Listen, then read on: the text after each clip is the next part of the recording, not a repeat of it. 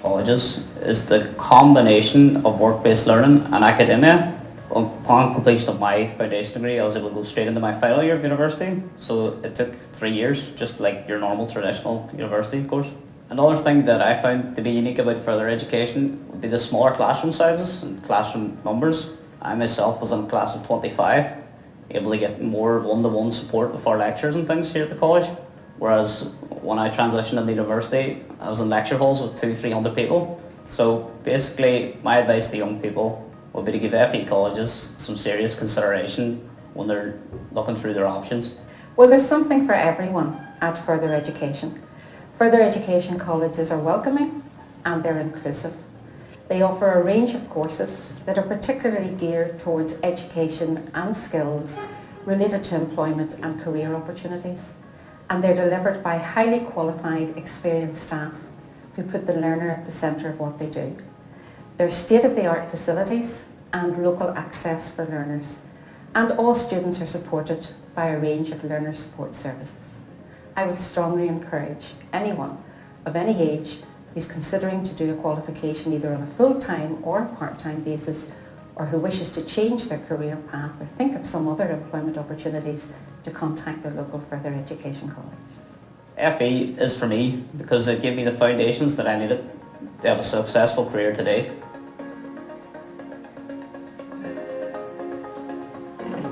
Ladies and gentlemen, it gives me great pleasure to pass over now to BBC broadcaster Clodagh Rice. Clodagh, thank you.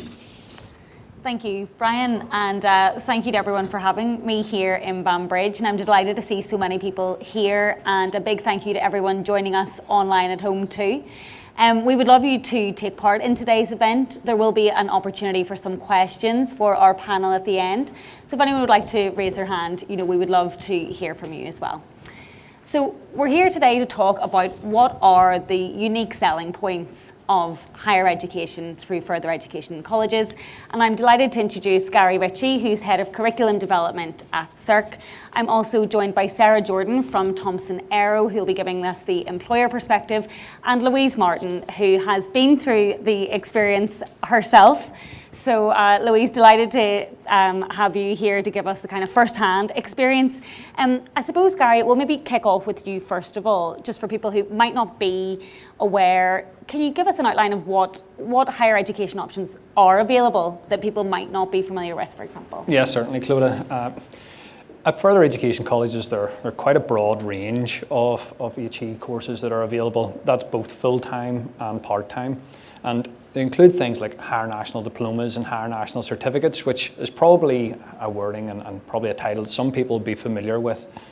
We also offer foundation degrees, same level as a higher national diploma, but validated by a university. And those foundation degrees, colleges would develop in partnership with local universities, along with local employers. And I think that there's a vitally important part to draw out in terms of those courses, in that they're developed alongside industry, looking at the skills that industry requires and focused on what are the core competencies, what are the core skills that those people are going to need when they enter that world of work. We also have, as Brian touched on there, top-up degrees available across the 6 colleges, along with professional, technical and licensed to practice qualifications. So out of that list, there's quite a broad range, and in the video that you just heard from Northwest Regional College, Catherine touched on and said, we're a college for everyone with an option for everyone. I think that there's the important thing to draw out as well. So those would be the sort of primary areas that we operate within. And is it about raising awareness that there are so many options available? Is that part of the challenge of making sure that people are still considering this as a really worthwhile option? Absolutely. Awareness is going to be key in all of this here. And for me, we can look at learners, whether they're full-time, part-time, learners who've been away from education for a period of time for whatever reason, or those that are in employment and looking to reskill and upskill or maybe change career. And I think the awareness piece comes in that we have to think and make sure that people are aware of all of the pathways and all of the opportunities that are available to them. It's no longer just a linear approach to study at school, complete an A-level and go to university. regardless of where you are in your career, regardless of where you are in your learning journey, that there are opportunities to re-engage and engage with education at any point along that. And we've got a great example here today for learners returning to education through FE colleges. So I think for me, the primary thing is making sure that learners are fully aware of the choices and the selections that they have. Well, that segues really nicely then into you, Louise. Talk us through your decision making at the time. Why was this the right path for you? Originally, it was my foundation degree with the Oma campus of Southwest College. My boss had actually said to me, find something to do, and I took him at his word and I went searching for something that was related to my job, because I did feel that my career was kind of stuck slightly where it was. I'd been in my job for 4 years and I wanted to progress a bit further. I wanted to know a bit more about what I was doing, and the best way to do that was to learn a bit more about the building industry. Excuse me. So that's why I went down the building services route. So I looked for something and had the option of doing my foundation degree in the Oma campus, and then the option for the top-up degree came up about 3 years ago, and that's kind of it was to further my career, and that's how I got into it. And you kind of make contacts through it, and you see yourself progressing, and you see what you can actually achieve from it. So that's how I kind of got started and got moving along. And Sarah, from an employer's point of view, I suppose there's probably a huge advantage for you as well, in that I know, from speaking to businesses on the news every day, it is so hard to get the right people. So while it's encouraging for people to hear there will be a job for me at the end of this, I'm sure there's a real advantage to employers as well to say we are going to have a guaranteed pipeline of really strong talent here.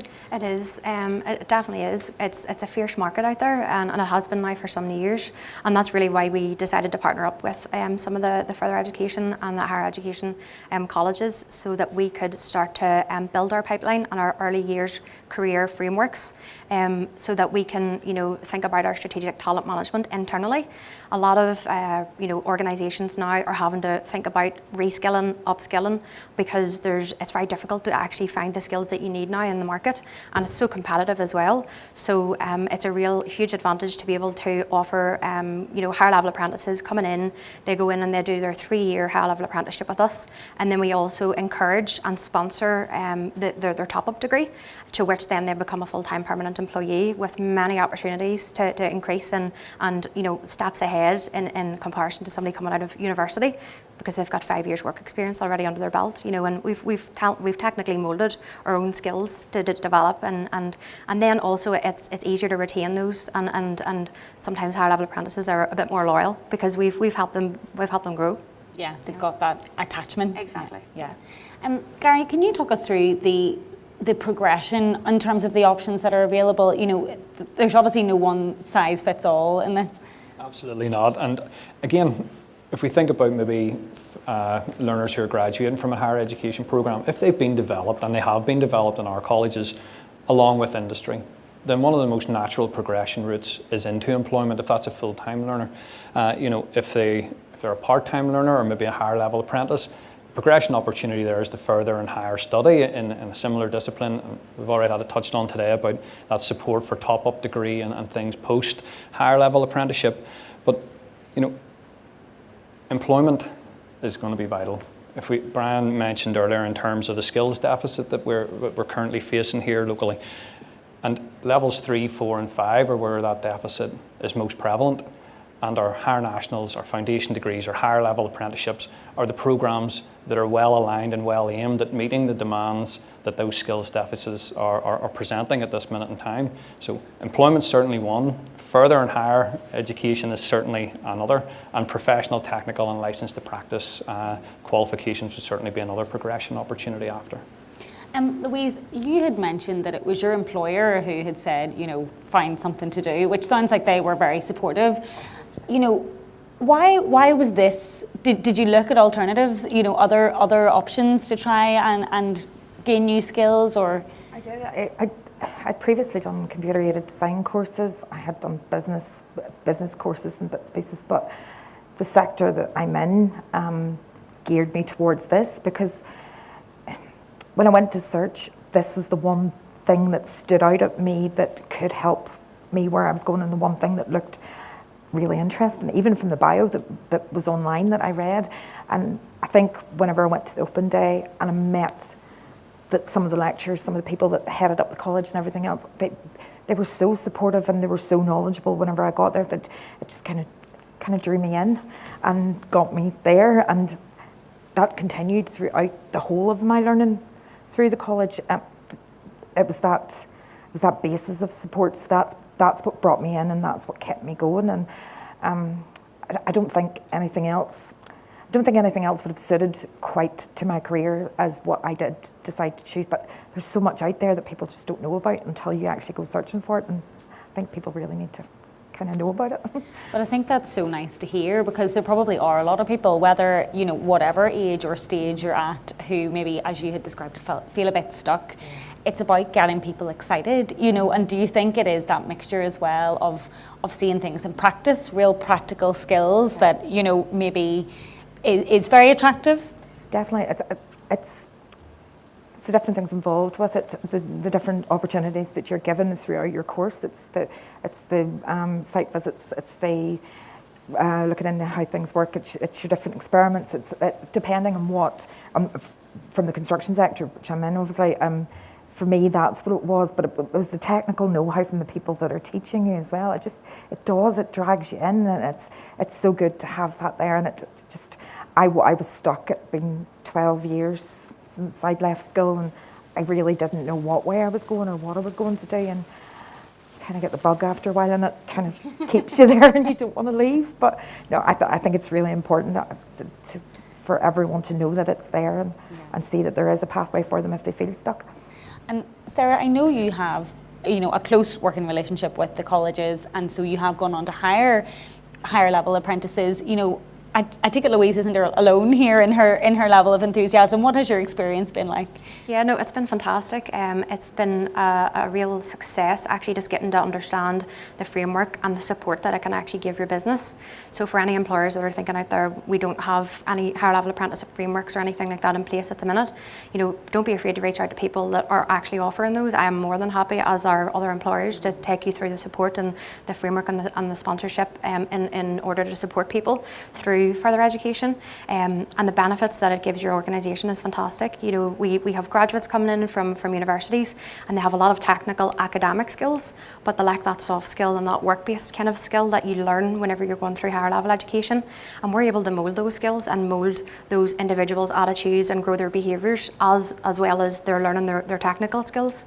And then that just must be invaluable. It is. It's fantastic, and it's lovely to see. You know, it's nearly like you're almost probably experiencing what a teacher would experience. You know, seeing somebody grow through the organisation, and the opportunities that they're given then at the end of their apprenticeship with us is absolutely fantastic.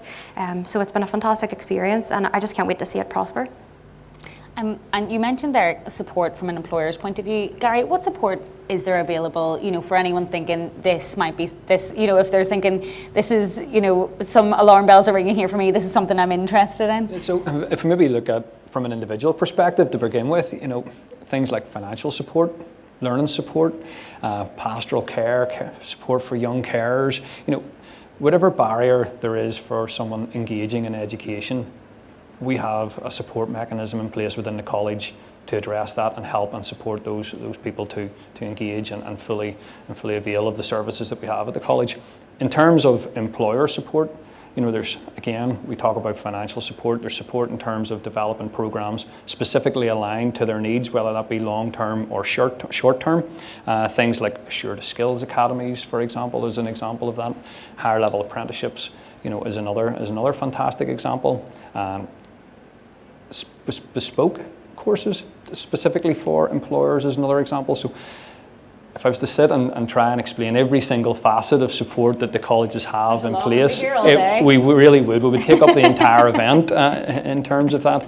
But we heard it touched on there in terms of class size, in terms of the one-to-one study support, in terms of the pastoral care, in terms of how our lecturing staff are so engaged in what they do and how they deliver it. The fact that they're industry professionals who are now in an educational setting. They're able to bring their experience in with them and support those people that are going through the training provision with them in the skills, the attributes. We call them things like transferable skills or transversal skills. It's about the support there to develop that rounded learner so that the work readiness when they leave our colleges is there, and that transition from leaving college to being fully productive in the workplace is reduced. You know, that's what our aim is, and that's what the focus is. So in terms of support, massive range. I know we heard about the class sizes there in the video. Another advantage that example had suggested was the advantage of being closer to home. I mean, Louise, I was just wondering, was that a big factor in your decision making? Travel was a wee bit more for me because of where I live. I'm right out in the sticks in London Valley, like, so I had about an hour and a half, an hour and 40 minutes, no matter what way I went. But it meant I didn't have to move because it was still commutable, and it was part-time, so it meant I could work along with it as well, so it was just so much easier for me. It was, I'm not going to lie, it was a bit of a juggle sometimes, being a parent and everything else along with it, but you make it work, and it was so rewarding, and it's nice to have it within your area.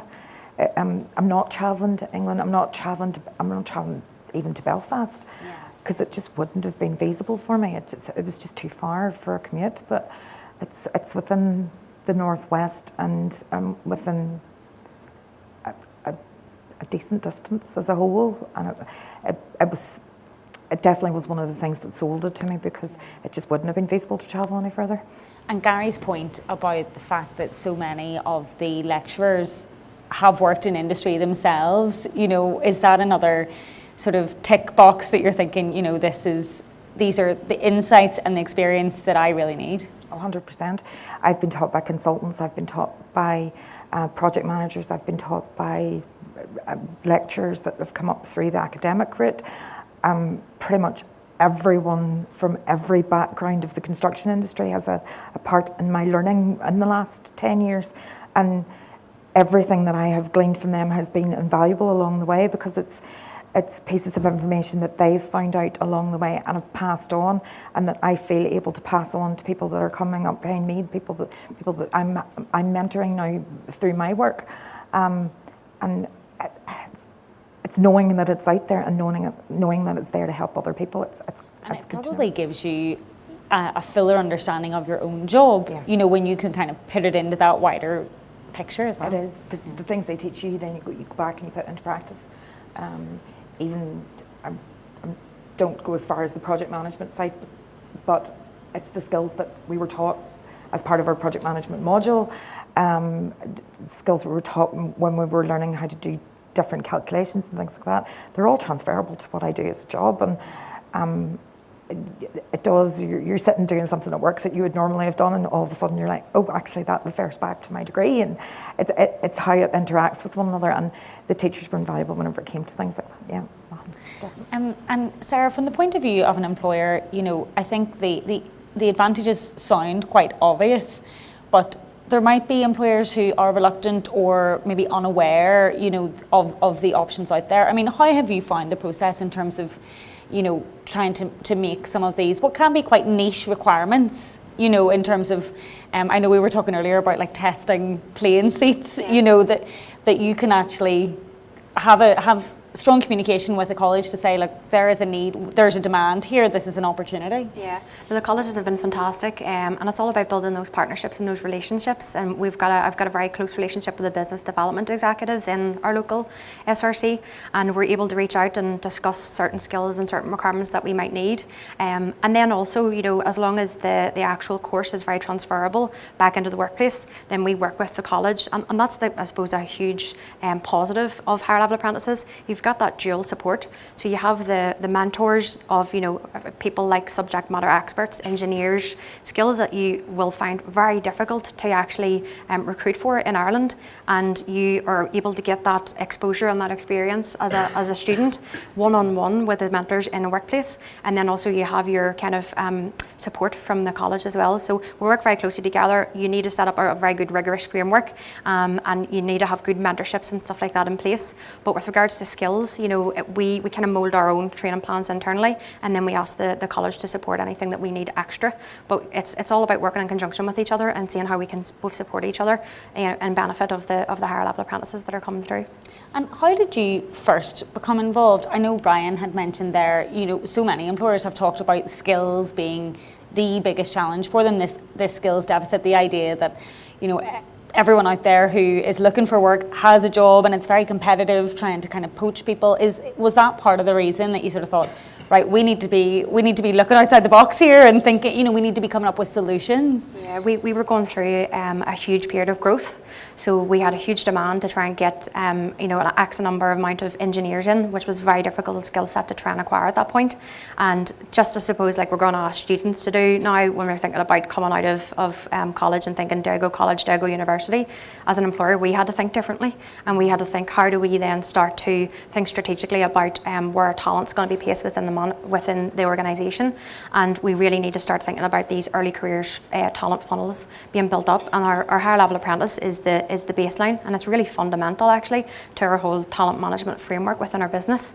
So it's just about thinking differently, and how do we then grow our own talent and grow our own skills. And it's absolutely fantastic. You have young you know, keen professionals coming in that are easily moldable. Their behaviours and attitudes are in the right way. You're not having to undo any old tricks, you know, when you're hiring people that are maybe more experienced than them. And then the skills, everybody can be taught something with regards to skills, and you have that dual kind of mentorship and that framework with the college as well. So it's been fantastic, and it was all about thinking differently. So I would really advise people to think differently when they're thinking about their options. Yeah. University or college, and it's fantastic, you know, even to provide that locally to our colleges as an equal platform that people can come in, not only just academically but also that work-based learning side if they're stronger in that area, because they can do both as they progress through their high level apprenticeship. Yeah, because I suppose it's probably a good problem for any business to have. You know, you really want to grow, but it's a challenge to find the right people. So it's not a case of saying, you know, oh, we might just need these people right now. You're always looking ahead, because there will be progression. I know that's something that you'd also mentioned is a real advantage of having this pipeline. Exactly. So if you come in as a higher level apprentice in Thompson Irish Eaton, you do your 3-year higher level apprentice, level 5, and we offer mechatronics at the minute. We also offer our IT options. And then what we do then is we would offer you then an associate level role. So you then are at an even level playing field as a graduate coming in. However, we would actually sponsor your top-up degree, so you would have less debt, and then you would finish that and you would be offered then a professional full-time permanent engineering role. And we have several higher level apprentices that have come in and done that, and they're absolutely soaring through their career. They have 5, 6, 7 years experience now ahead of graduates coming out of university, and we actually have one who was our first cohort of apprentices, Matthew Ruddock. I hope he doesn't mind me mentioning his name, but he's technically running our robotic systems in our certification house in Banbridge, and he will now be a really fundamental part of our new dynamic test facility that's opening in October. And you know, trying to build those niche skills that actually, if the higher level apprentices now come in, which we're looking for 2 now in September, will after 3 years come out with skills that no one else has on this island. It's going to be absolutely fantastic and a huge opportunity for anybody.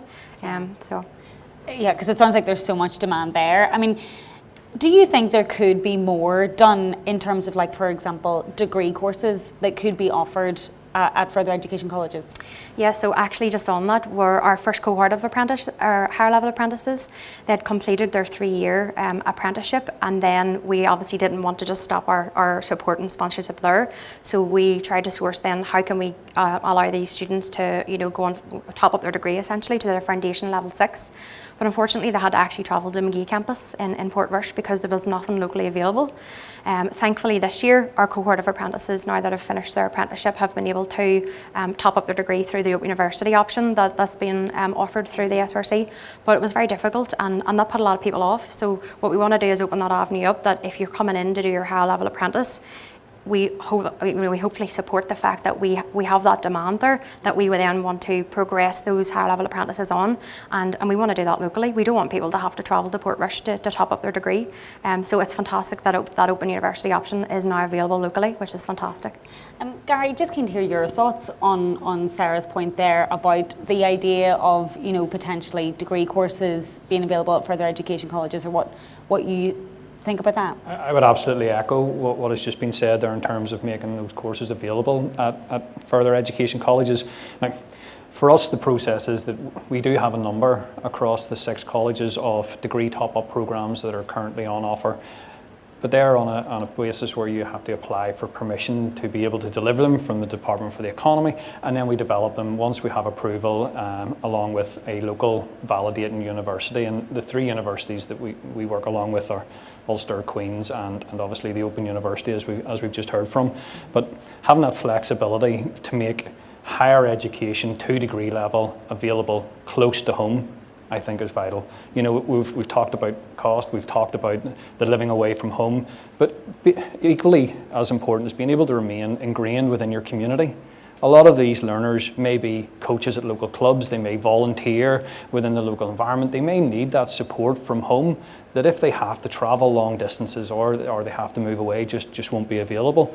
And equally, if we're looking at learners who are in employment and going through reskilling and upskilling, that travel time could be the difference between being able to take that course on and not. You know, if you have a young family or any other commitment outside of your work environment, all of those things are barriers, and the colleges are about removing those barriers, making education available where it's needed and how it's needed. Louise, it sounded like, you know, you had a very positive experience, but that there were also barriers. You were doing this on top of working and, you know, raising a family. Is there anything with hindsight you think you either would have done differently or you would love to have had a support that wasn't there, or an option that wasn't there? You know, any other gaps that you think this could help to encourage more people? I think the big gap for me, it wasn't necessarily what I was doing. I managed to juggle it quite well because I had the support at home. So I didn't necessarily have to struggle that much, to be honest, and I had the support from my employer. Yeah. A lot of people maybe aren't in the same position as me where that's concerned, but I think possibly if it had have been closer, it would have been slightly easier. But I can't really complain because it wasn't that difficult for me in that respect. It was hard work, but everything is if it's worth something. I think for me, the big thing was waiting so long to be able to do my top-up to my foundation degree.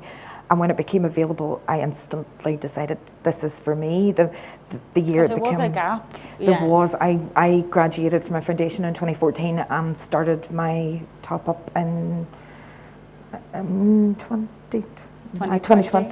2 years. I was trying to count.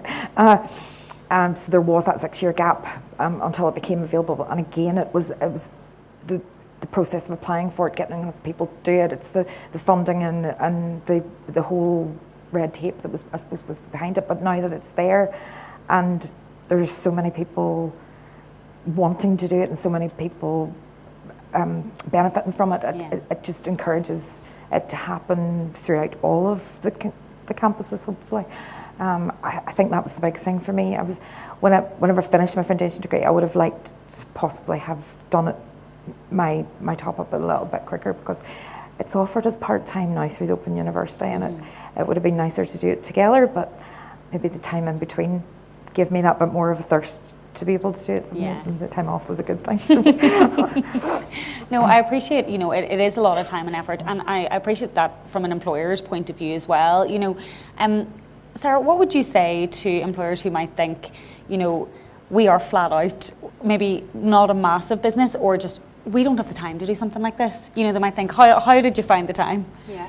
I think, you know, if something's important, you will find the time to do it. By the time you think about having to recruit all of those, you know, people that you think that you're going to try and find out in the working world, it's just very difficult at the minute. So, you know, try and invest that time back into early talent and young people that are coming out, you know, with the right behaviours and the right attitudes, and who want a chance, you know, to get into you know, a job with great opportunities and to learn that. Obviously mightn't be just fully academically, you know, wanting to go down the university route. They might want to go and learn through more work-based learning. And I think it's just a fantastic thing to be able to offer to the local community and offer everyone an equal chance to come in and have that opportunity to succeed, essentially. You know, some of our previous even head of engineering, they've started off as higher level apprentices. And as I said, even in our apprenticeships, you do a rotation and you get exposure and experience throughout the whole organisation, to the point where some of our apprentices probably have more experience than some of our other professional engineers. Because they got a wee go at everything. They got a wee go at everything. Yeah. So they're able to then actually, you know, use those skills and that knowledge. And actually, if you look at top leaders and top managers within your workforce, it's people that have been exposed to more things that actually go further in their career.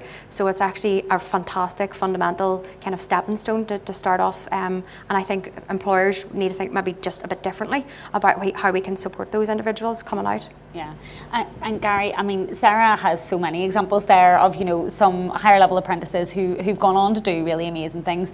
Does that make your job a bit easier in terms of saying to, you know, whether it's young people, returners, their parents, you know, there is demand out here, there are jobs at the end of this, you know, this should feel like a no-brainer if you're looking for a specific industry, you know, that there are the opportunities at the end of this. Absolutely, it's a delight for us as colleges to hear those success stories, and I would say that's a small snippet of the plethora of success stories across all 6 of the colleges, and it's events like this here that hopefully let us get those messages and those stories out to a broader audience, because we see enrolments coming from parents, sisters, brothers, aunties, uncles, those that have engaged with colleges and see the value and the support and the mechanisms and things that we have in place here, well, that's in terms of teaching, resource, specialist facilities. You know, just look around the building for those that are here today, it's absolutely amazing. And that's the environments that all of our colleges provide. So absolutely, events like this and making that message broader, clearer and more accessible for everyone to hear is vitally important. Because I remember certainly, you know, being of a certain age, whenever you're thinking, you know, am I going to have a future at the end of this? You know, you want to study something and there isn't a guaranteed job, or, you know, or it's maybe just not clear for people, and that, again, that could be seen as a barrier if you think this is a risk, I'm not willing to take it. You know, do you think that would maybe give people a bit more confidence? Absolutely, and what I would say to that is, if you're in any way in any doubt or you're thinking about it, come to a local college, engage with the local college, come and see what we have on offer. Even if you're not sure what your direction is that you want to take your career, every college has careers advisors available for you to speak to, get that guidance, get that advice, sample what the courses are going to look like, see what the facilities are going to be like, experience what the actual environment's like that you're going to learn in. And you know, one thing that maybe hasn't came across today is the approach that we take to learning in our colleges is through what we call project-based learning. So we align our curriculum around the completion of projects, and the learning is the thing that we put at the forefront of everything. The qualification becomes the byproduct of that, if you like. So the learning is the most vital piece, and things like problem solving, communication, you know, being able to work with others, digital literacy skills. Yeah, like you'll need that in any workplace. All of those transferable things. The best way to develop those is through lived experience. And the lived experience that you find within a college environment is that project-based learning vehicle. So whether it's in work-based learning, project-based learning, you're working in small groups, you're working in projects, you're working on things for industry, by industry, you know. So if you're in any way, or you're on the fence at all, and even if you just have an interest, go to your local college and have a look. Louise, it sounded like your employer was very encouraging, but I'm just wondering, did you have any,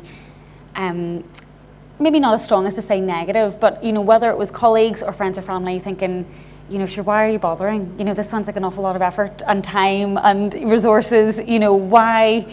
They might say, sure, you've got a job, you know. There have been a few people, and to this day there still are a few people that look at me and go, you're a bit mad, aren't you really? I'm like, but I've always been the type of person that kind of needs to know how things work and wants to know how things work to be able to understand them. And it's always kind of pushed me forward to learn more and more. And I do, after a period of time not doing anything and not learning or not having something to keep me occupied, I start to get itchy feet and have to do something else again. And that's always been me, and I don't think that's ever going to change. But there are people out there that don't necessarily understand the process, don't necessarily understand why you would want to to learn again, because they have had their learning experience, and whether it's been good, bad or indifferent, they don't see themselves travelling any further along their career path. They're happy with where they are, but I kind of would encourage the people that maybe do think they're stuck, or maybe in the back of their head go, could I do it? Maybe if they are sitting on the fence and don't know what way to go, just as Gary says, go and check it out. You don't have to. You're not committed to something the minute you walk through the door, but you could get that little spark of inspiration when you go in there. And I have on multiple occasions when I've gone into the colleges, and there's always someone there to talk to, and there's always someone there to lead you in the right direction where you need to go. On the flip side of that, is there anyone who heard your story and for them you were the spark of inspiration, and they thought, geez, where are you doing this? Like, tell me more. This is something that would interest me. There've been a few people that have been in my class, and there's been a few people that I've spoke to, and they're like, oh, I can't believe you've actually gone back and done it. I can't believe you've been through all that, and I'm not sure if I could ever do that. I'm not sure if I could do. And I'm kind of like, I do like to talk to people and tell them what I've done, because if I can do it, and I mean if I can do it, anyone can do it, because I get so distracted so easily. And there have been people out there and they've said, oh, well, do you know, and I was like, yeah, you can. You really can. There's the opportunity out there for everyone, and it just takes that little step forward. It takes that, contrary to popular opinion, I'm quite a shy person. And you hide it so well. Thanks. And it took a lot for me to go back. It took a lot for me to make that step, and it just changed my life completely. It really did. It kind of made me a bit of a different person at the end of it, but all for the good, I think. You're such a great example. I should say, if there's any questions from the audience, I know our panellists are very capable. If there's anyone who would like to ask anyone a question, I think we do have a roving mic, Ashley, if you want to put your hand up.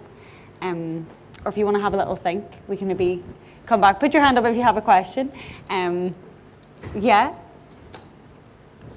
Hiya, this is maybe a question more for Gary, but if you were an employer thinking of taking on a higher level apprentice or whatever, what would be the first step? Is it, contacting a local college in their area? Who do they need to speak to, or how do they get that moving? Absolutely. Every college will have a business engagement team.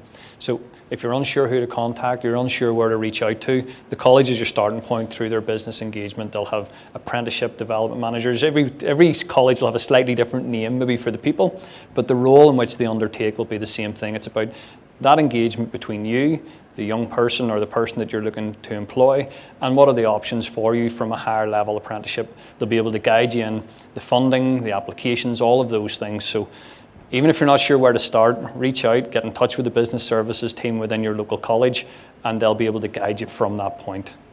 And maybe just to build on Arlene's question, Sarah, what advice would you have for an employer thinking this sounds like something I need to take a look at?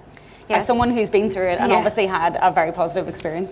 I think, as Gary said, the business development teams are fantastic support. There's a full guide for employers, from start to finish of how you need to support the apprentices when they come in, and then also what you need to set up for them with regards to a framework. So mentorship, we want to make sure that we're tracking their learning, that there's kind of regular checkpoints. There's also regular checkpoints with the college as well, and they've got like college coordinators, and then we would set up our own one-to-ones. So there's really, really good advice from the college as well of what that framework might look like. So it's all there for you. And really what is fantastic is you can use the development team to make it work for you. So if there's any additional things or requirements that you might need, you can work with those individuals to try and mold that into your framework. But as I said, it's a really, really fantastic investment in time. And Gary, can I maybe ask you the flip side of that question, from the point of view of a potential student? What advice you would have if you're thinking this sounds like something, how do I go about applying? Have you any tips? Yeah, absolutely. So in terms of application, all the courses are published online. You make that their application. If you have an employer, fantastic. I know that the colleges have support mechanisms there to try and match where that there's possible if you don't have an employer already picked out. So the application to your local college is the starting point.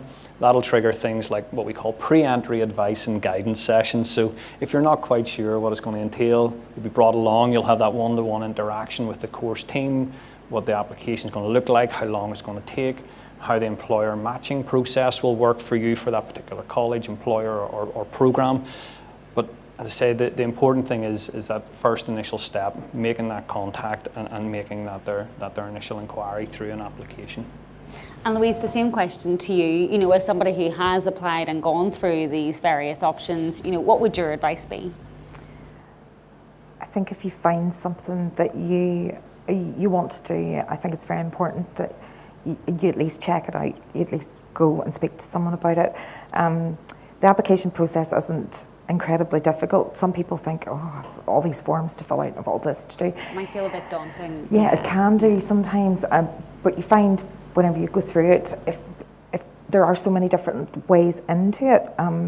I had GCSEs, so I qualified without having to do any access courses or anything else, but some people out there may need an access course, which is not difficult because it will run alongside whatever you do decide to do.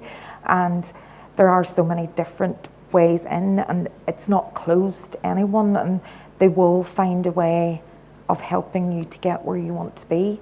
And I think it's just that initial step, getting you into it. So just take the opportunity if it's there for you and you want to. Do we have any other questions from the room? Yeah, go ahead. Do you want to introduce yourself, actually? Yes, my name's Stephen Brooks. Louise, wee question for yourself. It can be sometimes scary going back into education again, having to write assignments, maybe haven't been out for so long. What support did you get with that? You support from all of your lecturers, you support from people that don't actually teach you. I found a great amount of support within the college from the higher level staff. I got support from friends and family as well that had been through university process. I had never been through it, I'd never written a dissertation. That was my big thing for this. I didn't know where to start or what to do, and they point you in the right direction. They set you down and say, right, this is how you should do it. They give you options from what has been done by other people, and they walk you through it every step of the way. And if you're stuck, there's always someone at the other end of an email, a telephone call, or whatever there happens to be. And yes, it's scary. I will not lie, it can be scary, but there is that support there for you. And when you get into it, it's not as scary as you first thought it was. It's entering the unknown. It's like anything else. If you don't know what's going to happen to you, it can be terrifying. But it's not that bad when you get into it. But worth it? Oh, very much so. Do we have any other questions? Gary, I might just have one for you, from the point of view of, and I mean, obviously Louise is, a perfect example of for somebody for whom this has worked really well. Do you think what more could we be doing to kind of raise awareness of these alternative options that maybe people wouldn't be familiar with?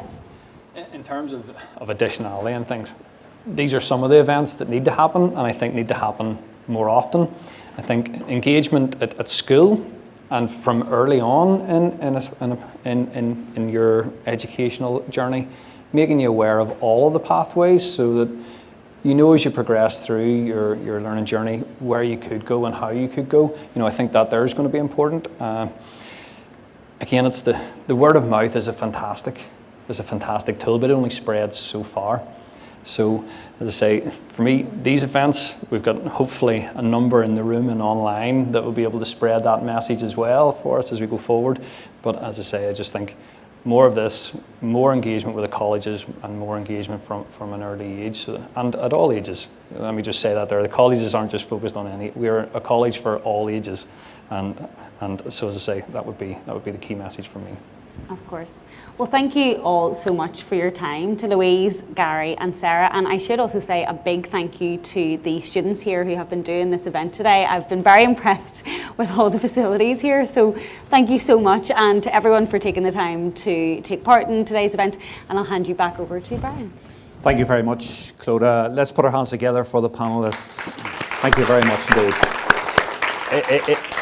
I think you would agree with me, it's been enlightening and informative. And I think for me, there were a number of key takeaways there. You know, when I listened to Sarah's journey through Thompson Arrow with the college here, it struck me about the fact that we're working in partnership.